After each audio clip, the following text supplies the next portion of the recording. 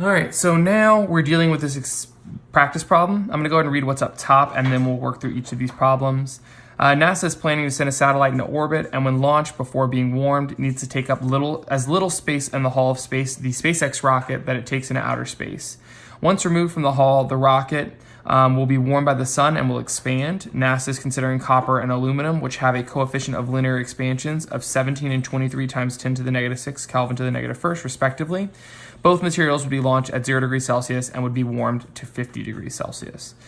So we have two materials here, and eventually we're going to have to make a determination about what material would be better for NASA to use if we're trying to create a satellite that would fit more snugly in the hull before the launch. So let's begin with that first question. If copper had an initial length of 4 meters, what would be the change in length? So if our length 0 is 4 meters, we know our coefficient of linear friction was given to us up here. We see copper and aluminum and then 17 and 23 respectively. So we know copper came first, so this 17 times 10 to the negative 6 Kelvin to the negative first would be the coefficient of linear friction for copper. Linear expansion for copper. And then after that, we're gonna need our temperature final. We know that it's gonna be 50 degrees Celsius, and our temperature initial is gonna be 0 degrees Celsius. That was also given to us up here. So we are trying to determine the change in length. So again, we plug this in. Our delta L will be equal to that 17 times 10 to the negative 6 times our 4 times the change in temperature, which is gonna be 50 minus 0. So our delta L is gonna be equal to 17 times 10 to the negative 6. 50 minus 0 is 50. 4 times 50 comes out to be 200. We now need to take this and put this into the calculator. I'm gonna wrap my scientific notation part in parentheses. That way it makes my steps in the calculator just a little bit more simple, and I can make sure that nothing goes awry when I multiply this back in times 200. And this is gonna come out to be a change in length of 0.0034 meters.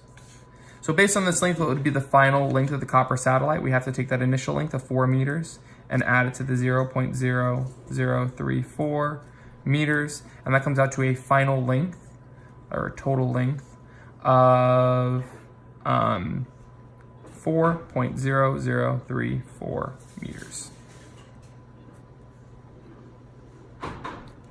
Next up, we have the aluminum. If the aluminum had an initial length of 4 meters,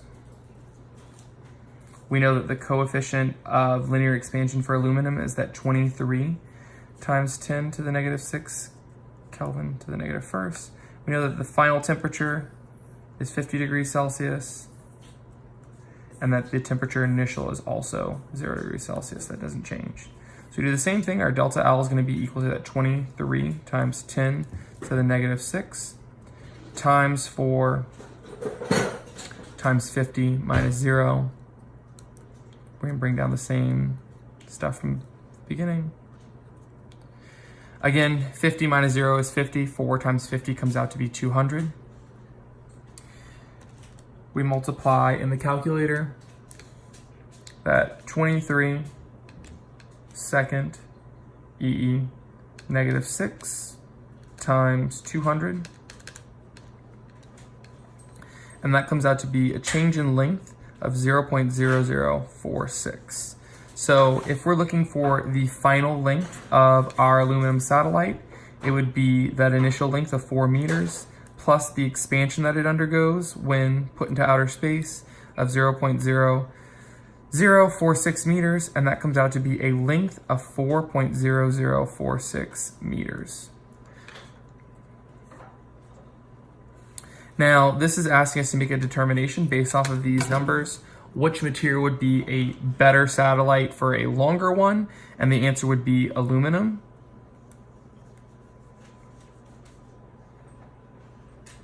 Excuse me. And the reason being for aluminum is because we can see that because it has a greater coefficient of linear expansion, it expands more.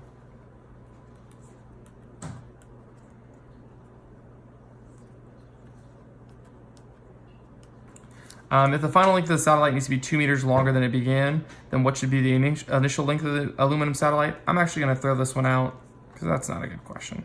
We're going to get rid of that one. We can do it, but we're not going to do it in context of the satellite, so I'm actually going to do this one for you. But just know that this is going to be much longer than could ever fit inside of a spaceship. So if we need 2 meters to be the change in length, so our delta L is going to be 2 meters.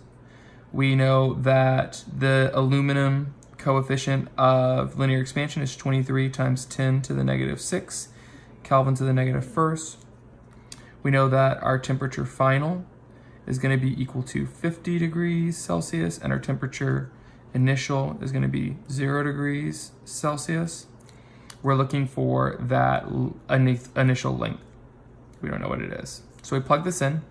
2 is going to be equal to the 23 times 10 to the negative 6 times our length initial times our change in temperature, which is 50 minus 0. 2 is going to be equal to that 23 times 10 to the negative 6. We know that length initial comes down. 50 minus 0 is 50. We multiply 50 times that coefficient of linear expansion.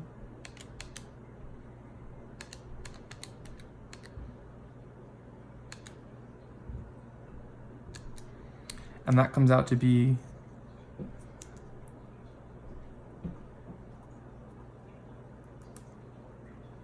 0.00115 times the length initial.